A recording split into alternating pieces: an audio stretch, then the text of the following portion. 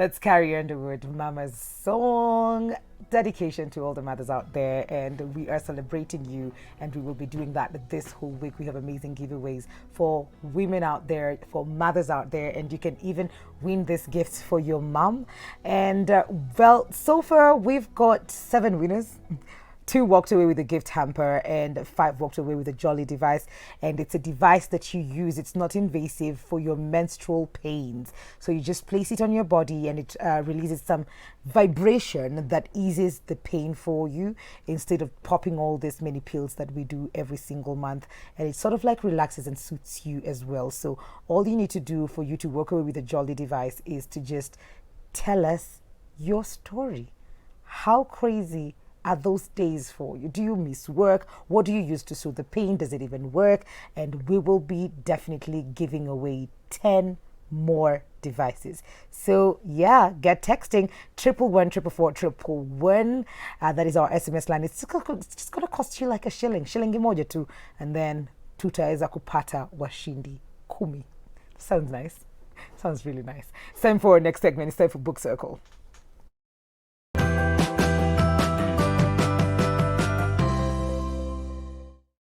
And on Book Circle today, we are not reviewing just one book, but there's a gentleman who's here telling us, if you haven't read these 5 books, well, yeah, what are you doing?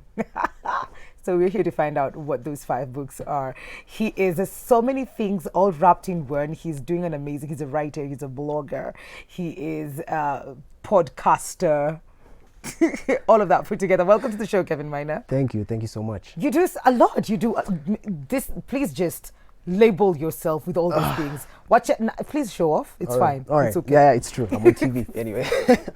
Right. So I get that a lot when people say you do a lot of things. Yeah. But yeah, my name is Kevin Miner for anyone out there. So I am a podcaster. I am a blogger. I write for the Daily Nation as a young reporter. I am a student at KU, and recently there's something that we just started. So I'm a co-founder of Voice Point Kenya. Of what? Voice Point Kenya. Okay. So Voice Point is something that we've been doing for I think 2 months now, where we're managing podcasts. Because we came 3 of us, three of our friends, and we noticed like there's a gap in terms of podcasting and everything. So we started this thing called Voice Point Kenya. Right now we're managing 2 podcasts. Okay. Mine What is that? And our friends. What does managing a podcast mean? What is it that you do for them? Right. So managing podcast has a lot in it in terms of like, so we noticed many people have content, but they don't have the resources. So you have content, you want to share, you want to talk, but you don't have a mic, you don't have a location, a studio, you don't have people who can edit audio for you. I'm a student of communication, I'm doing that in school. So I might as well use that to give people. So that was the gap, and we noticed it's okay if we can get our friends, you have a podcast, come on, we'll take care of it. If you want visuals for it, we'll take care of it. That's dope. Yeah, that's really dope. I think it's very, very unique as well, Yeah, because exactly.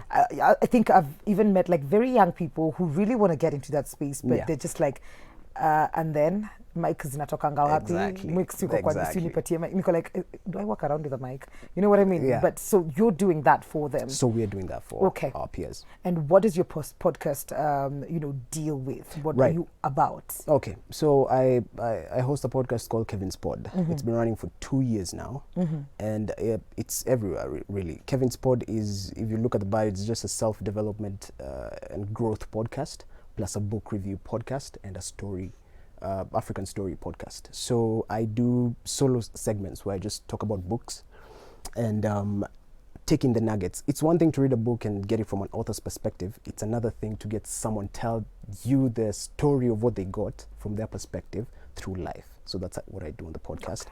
And then I have guests who come on to, talk about everything. Had Charlie Karomi there. We've had Kaskazini there. We've had a lot of people. So people come on, tell their stories. Sometimes we give people like a full episode to just narrate their stories. That's it. Self-development, growth, and all that good stuff. Okay. Yeah. Okay. Yeah. The Nation, you're a young writer there. Yes. What is your column about? So I do a lot of opinion writing. Okay. And I do a lot of events reporting. So recently there was an event, Strathmore Halt Prize, where guys got to win $1 million. They're actually in the journey to do that. What? I know, and there's students in like, Kenya. what? I know. So yeah, so what do we do to get, like, what's the thing? Man, I mean, please note, I'm plugging y'all in. $1 million, guys. It's Corona times. Who's giving away that amount of money? So people are smart. People are very innovative. It was an agricultural program where you just had to come up with an idea. Okay. Where you show how can we sustain, food and all that stuff. Okay. So yeah, it's a trio that really did well. They're from Strathmore, so I'm very proud of them. So that's what what I do. I also do stories. I love telling people stories for some reason. So what I do is I get someone on a call, we talk. If they have a really dope story, I have it on the paper. And for the opinion writing, I do mostly anything to do with media. So I talked about, celebs being thrown into traditional media. I've talked about that. We've talked about how can we use the social media to really help kids. So anything media and human rights kind of thing, that's what I do. Okay. Yeah. Very interesting. Like, you have all this amazing going on, which right. is really nice. We're going to take a very short commercial break, and we will be right back. Kevin will be here telling us the 5 books that we need to read. I don't know if it's in our lifetime, and of course Wale said that if Kevin doesn't mention his book, then we're in for kuapatiwa maneno. So we'll be right back after this break.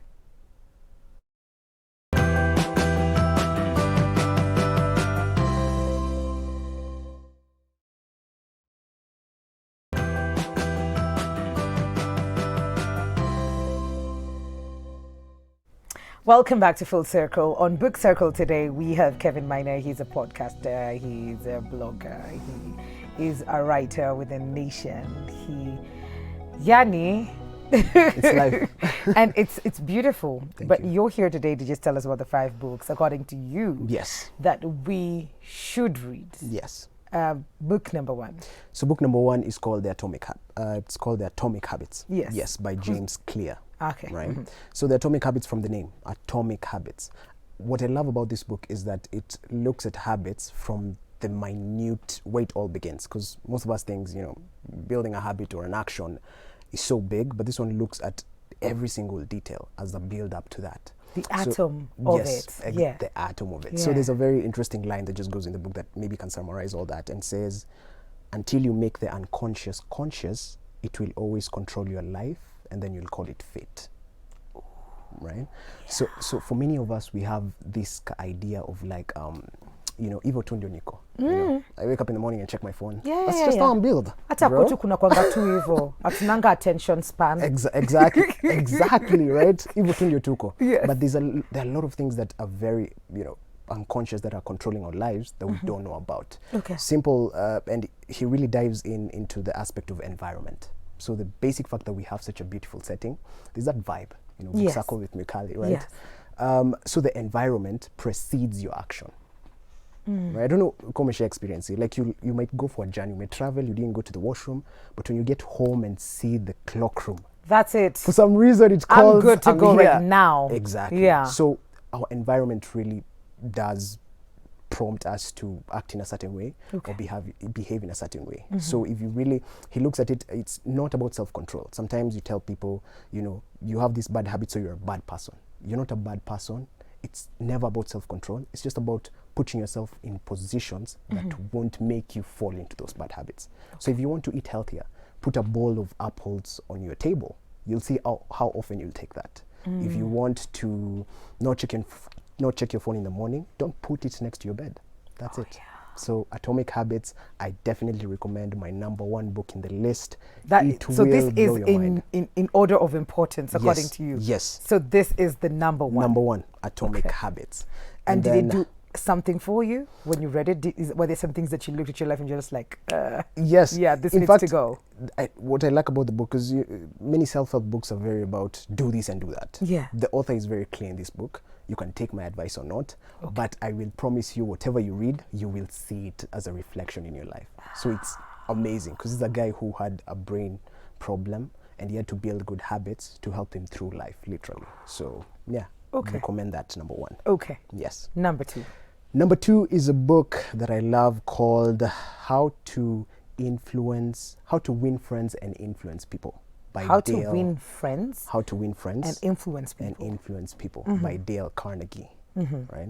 So by the title of this book, normally I don't like recommending, or I'm always a bit hesitant to recommend, because people are like, bro, that's so desperate. Like, how to win? It's like, what? wow. I have enough friends. Yeah, it's right? like, see, why am I winning friends? Exactly. Don't they say the smaller the circle? Exactly, you know, exactly. But this one is less about that all stuff, right? So it's more about how to deal with people.